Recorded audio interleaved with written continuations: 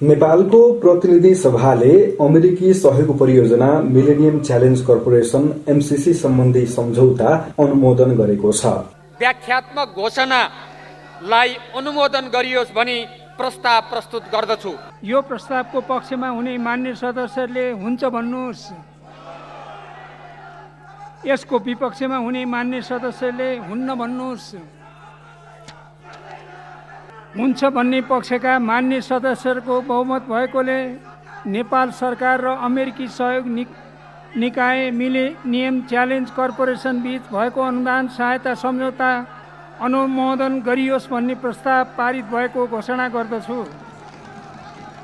आइतबार साँझ बसेको प्रतिनिधि सभाको बैठकले बहुमतबाट एमसीसी सम्झौता पारित गरेको हो। एमसीसी सँगै संसदले यसको 12 बुँदे व्याख्यात्मक घोषणा पारित पनि गरेको छ। पछिल्लो समय नेपाली राजनीतिको हट केक बनेको एमसीसी लामो विवाद र बहसपछि सम्झौता भएको 4 वर्षपछि नेपालको संसदले पारित गरेको हो। प्रधानमन्त्री शेरबहादुर देउबा प्रतिनिधि सभाबाट एमसीसी सम्झौता अनुमोदन गराउने 4 वर्ष लामो प्रयत्नमा सफल भएका छन्। 2074 साल भदौ 29 गते देउबा नै प्रधानमन्त्री भएको बेला तत्कालीन अर्थमन्त्री ज्ञानेन्द्र बहादुर कार्कीले एमसीसी सम्झौतामा हस्ताक्षर गरेका थिए। आफ्नै नेतृत्वको सरकारले सम्झौता गरेका कारण 3.5 वर्षसम्म प्रतिपक्षमा रहँदा पनि कांग्रेसले एमसीसीलाई संसदबाट अनुमोदन गराउन माग गर्दै आएको थियो। सर्वदलीय बैठकदेखि सार्वजनिक मञ्चहरूबाट देउबाले एमसीसी अनुमोदन हुनुपर्ने बताउँदै आएका थिए। प्रकारान्तरले देउबाकै कार्यकालमा एमसीसी संसदबाट अनुमोदन भएको छ। अब $50 मिलियन सहायताको एमसीसी परियोजना पूर्ण कार्यान्वयनका लागि मार्ग प्रशस्त भएको छ। आइतबार बसेको प्रतिनिधि सभाको दोस्रो बैठकमा अर्थमन्त्री जनार्दन शर्माले एमसीसी सम्झौताबारे उठेका प्रश्नहरूलाई समेटेर 12 बुँदे व्याख्यात्मक घोषणा प्रस्ताव गरेका थिए, जसलाई संसदले एमसीसी सँगै अनुमोदन गरेको छ। नेपालले गरेका 12 बुँदे घोषणा। व्याख्यात्मक घोषणामा मिलेनियम च्यालेन्ज कम्प्याक्टको पक्षमा भएको कारण नेपाल अमेरिकाको हिन्द प्रशान्त रणनीति लगायतका कुनै पनि सामरिक, सैन्य वा सुरक्षा गठबन्धनमा आबद्ध भएको मानिने छैन भन्ने घोषणा गरिएको छ। नेपालको संविधान कम्प्याक्ट र कम्प्याक्टसँग सम्बन्धित अन्य सम्झौताहरूभन्दा माथिको रहेको एमसीसी अनुदानको प्रयोग बाहेक अन्य कुनै पनि उद्देश्यका लागि अमेरिकी कानुन वा नीतिहरूको पालना गर्न नेपाल बाध्य नहुने, एमसीए नेपालको सबै क्रियाकलाप तथा कोषको लेखा परीक्षण महालेखा परीक्षकबाट गर्ने र बौद्धिक सम्पत्तिहरूमा नेपालको स्वामित्व रहने घोषणा गरिएको छ। व्याख्यात्मक घोषणामा एमसीसीका क्रियाकलाप कार्यक्रम सञ्चालन गर्दा नेपालको कानुन वा नीति उल्लङ्घन भएमा 30 दिनको पूर्व लिखित पूर्व सूचना दिई कम्प्याक्ट अन्त्य गर्न पाउने अधिकार समेत उल्लेख छ। सत्तारूढ गठबन्धन टुट्नबाट जोगिएको छ। त्यसलाई कतिपयले पार्टी भित्रैबाट भइरहेको चरको विरोधबाट नेकपा माओवादी केन्द्र अध्यक्ष पुष्पकमल दाहाल र नेकपा एकीकृत समाजवादीका अध्यक्ष माधव कुमार नेपाल फेस सेभिङ रूपमा रहेको व्याख्या गरेका छन्। व्याख्यात्मक टिप्पणीमा प्रमुख विषयहरू अहिले एमसीसी अनुमोदन गर्न नहुने पक्षले उठाउँदै आएको प्रमुख विषयहरूलाई सम्बोधन गर्ने कोसिस गरिएको छ। आइतबार बिहान बसेको सत्तारूढ गठबन्धनको बैठकले व्याख्यात्मक टिप्पणी सहित एमसीसी अनुमोदन गर्ने निर्णय गरेको थियो।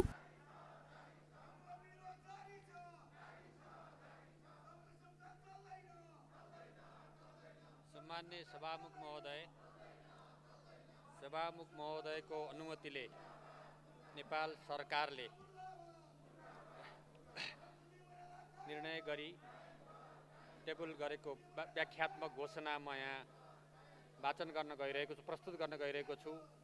प्रतिनिधि सभाले नेपालको तर्फबाट नेपाल सरकार, अर्थ मन्त्रालय र संयुक्त राज्य अमेरिकाको तर्फबाट मिलेनियम च्यालेन्ज कर्पोरेसन बीच 2074 भदौ 29 सेप्टेम्बर 14, 2017 मा सम्पन्न अनुदान सहायता सम्झौता मिलेनियम च्यालेन्ज कम्प्याक्टको अनुमोदन गर्दा जारी गरेको व्याख्यात्मक घोषणा प्रस्तावना सार्वभौमिक समानता र भौगोलिक अखण्डता तथा अन्य राज्यको आन्तरिक मामिलामा हस्तक्षेप नगर्ने अन्तर्राष्ट्रिय कानुनका सिद्धान्तलाई ध्यान दिँदै असंलग्नता, शान्तिपूर्ण सहअस्तित्व र आपसी मित्रता सम्बन्धी नेपालको परराष्ट्र नीतिको स्मरण गर्दै नेपाल र संयुक्त राज्य अमेरिका बीच लामो समयदेखि रहँदै आएको मैत्रीपूर्ण सम्बन्ध र सहयोगलाई महत्त्व दिँदै कम्प्याक्टमा रहेका प्रावधानहरूको आशय र प्रयोगका बारेमा मिलेनियम च्यालेन्ज कर्पोरेसनबाट 2078 भदौ 23 सेप्टेम्बर 8 2021 मा नेपालले प्राप्त गरेको स्पष्टीकरणलाई जानकारीमा लिँदै परम्परागत अन्तर्राष्ट्रिय कानुनका नियमहरू, सन्धि सम्बन्धी अन्तर्राष्ट्रिय कानुन, राज्यको अभ्यास तथा नेपाल कानुन बमोजिम नेपालले कुनै सन्धि वा सन्धिको प्रावधानको अर्थ वा दायरा निर्दिष्ट गर्न वा स्पष्ट गर्न घोषणा गर्न सक्ने कुरालाई पुष्टि गर्दै नेपाल निम्नानुसार घोषणा गर्दछ। कम्प्याक्टको पक्ष भएको कारण नेपाल संयुक्त राज्य अमेरिकाको हिन्द प्रशान्त रणनीति लगायतका कुनै पनि सामरिक, सैन्य वा सुरक्षा गठबन्धनमा हिन्द प्रशान्त रणनीति लगायत कुनै पनि सामरिक, सैन्य वा सुरक्षा गठबन्धनमा आबद्ध भएको मानिने छैन भनी घोषणा गर्दछ। देशको मूल कानुनको रूपमा रहेको नेपालको संविधान कम्प्याक्ट र कम्प्याक्टसँग सम्बन्धित अन्य सम्झौताहरू भन्दा माथि रहेको छ भनी घोषणा गर्दछ। कम्प्याक्टको दफा 2.7, दफा 5.1 ख 3, दफा 5.1 ख 4 को सम्बन्धमा कम्प्याक्टका ती दफाहरूको उद्देश्य एमसीसी अनुदान तथा परियोजनाको सम्पत्ति उपयोगका सन्दर्भमा मात्र लागू हुनेछ भन्ने बुझाइ नेपालको रहेको छ र ती प्रावधानले एमसीसीको अनुदानको प्रयोग बाहेक अन्य कुनै पनि उद्देश्यको लागि हाल विद्यमान वा भविष्यमा निर्माण हुने अमेरिकी कानुन वा नीतिहरूको उद्देश्यका लागि हाल विद्यमान वा भविष्यमा निर्माण हुने अमेरिकी कानुन वा नीतिहरूको पालना गर्न नेपाल बाध्य छैन भनी घोषणा गर्दछ। कम्प्याक्टको दफा 3.2 ख को सम्बन्धमा मिलेनियम च्यालेन्ज एकाउन्ट नेपाल विकास समिति एमसिए नेपालले सञ्चालन गर्ने क्रियाकलाप नेपालको कानुनद्वारा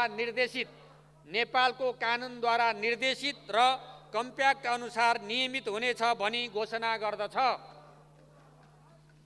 कम्प्याक्टको दफा 3.2 च को सम्बन्धमा कम्प्याक्टको उपयोगबाट सिर्जना हुने बौद्धिक सम्पत्ति एमसीसीको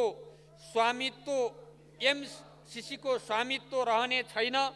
कम्प्याक्ट कार्यक्रम अन्तर्गत सिर्जना हुने सम्पूर्ण बौद्धिक सम्पत्ति उपर नेपालको स्वामित्व रहनेछ र त्यसको पूर्ण उपयोग नेपालले गर्न पाउनेछ भनी घोषणा गर्दछ।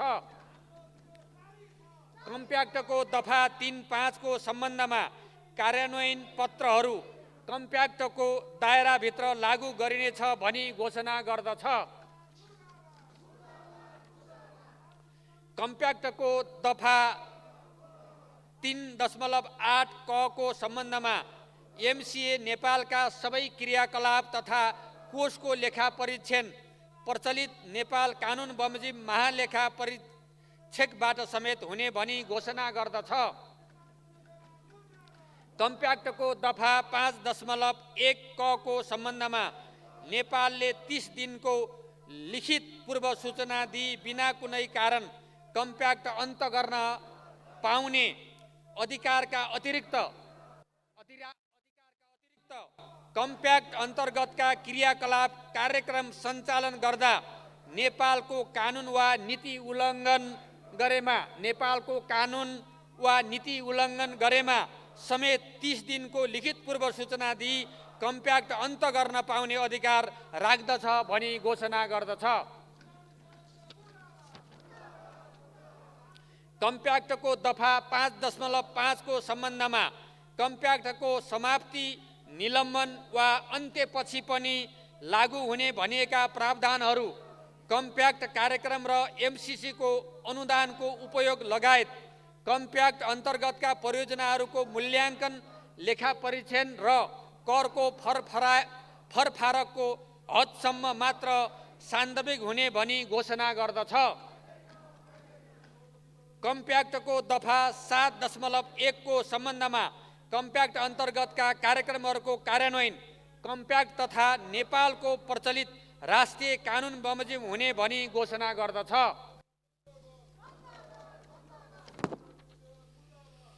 कम्प्याक्टको दफा 8.1 को सम्बन्धमा विद्युत प्रसारण परियोजना, इलेक्ट्रिसिटी ट्रान्समिसन प्रोजेक्ट लगायतका सबै चल तथा अचल सम्पत्ति र परियोजनासँग सम्बन्धित जग्गा नेपाल सरकार वा नेपाल सरकारका निकायहरूको स्वामित्व रहनेछ भनी घोषणा गर्दछ। कम्प्याक्टमा रहेका प्रावधानहरूको आशय र प्रयोगका बारेमा मिलेनियम च्यालेन्ज कर्पोरेसनबाट 2078 भदौ 23 सेप्टेम्बर 8, 2021 मा नेपालले प्राप्त गरेको स्पष्टीकरणले कम्प्याक्टको व्याख्या तथा कार्यान्वयनमा मद्दत गर्ने बुझाइ नेपालको रहेको छ। व्याख्यात्मक यो घोषणा सहित सम्मान्य सभामुख महोदयको अनुमतिले नेपालको संविधान 2007-9 तथा प्रतिनिधि सभा नियमावली 2075 को नियम 2025 को खण्ड क बमोजिम नेपाल सरकार र अमेरिकी सहयोग निकाय मिलेनियम च्यालेन्ज कर्पोरेसन बीच भएको अनुदान सहायता सम्झौता मिलेनियम च्यालेन्ज कम्प्याक्टका साथै प्रतिनिधि सभाबाट जारी गरिने उक्त सम्झौता माथिको प्रस्तावित व्याख्यात्मक घोषणा सदनमा छलफल गरियोस् भनी प्रस्ताव प्रस्तुत गर्दछु।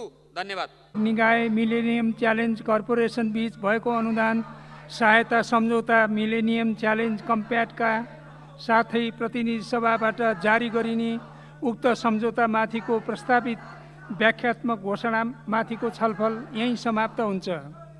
मान्य सदस्यहरू, अब मान्य अर्थमन्त्री श्री जनार्दन शर्मालाई नेपालको संविधानको धारा 279 तथा प्रतिनिधि सभा नियमावली 2075 को नियम 230 बमोजिम नेपाल सरकार र अमेरिकी सहयोग निकाय मिलेनियम च्यालेन्ज कर्पोरेसन बीच भएको अनुदान सहायता सम्झौता मिलेनियम च्यालेन्ज कम्प्याक्टका साथै प्रतिनिधि सभाबाट जारी गरिने उक्त सम्झौता माथिको प्रस्तावित व्याख्यात्मक घोषणालाई अनुमोदन गरियोस् भनी प्रस्ताव प्रस्तुत गर्न अनुमति दिन्छु।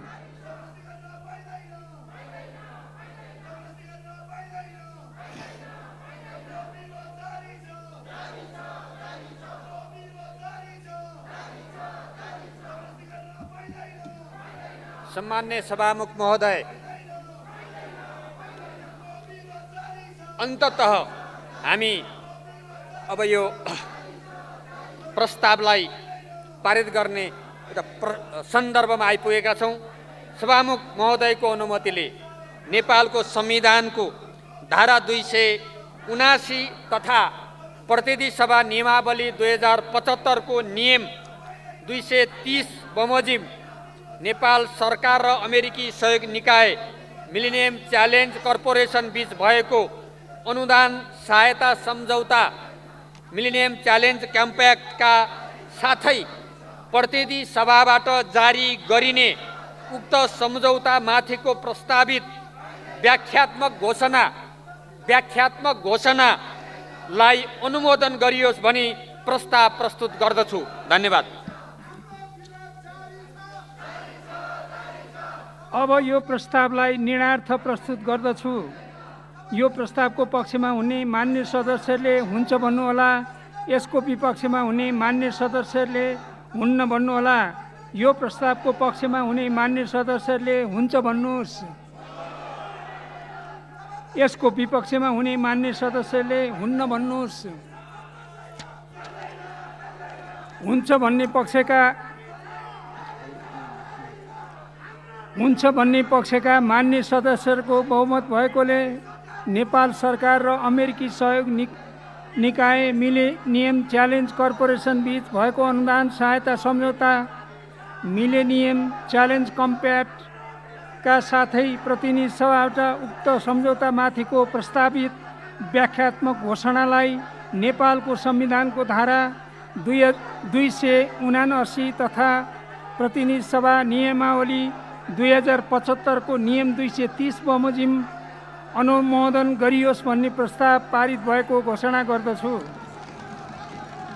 मान्य सदस्यहरू, अर्को बैठक 2078 साल फागुन 18 गते बुधबार दिनको 1 बजे बस्ने गरी यो बैठक स्थगित हुन्छ।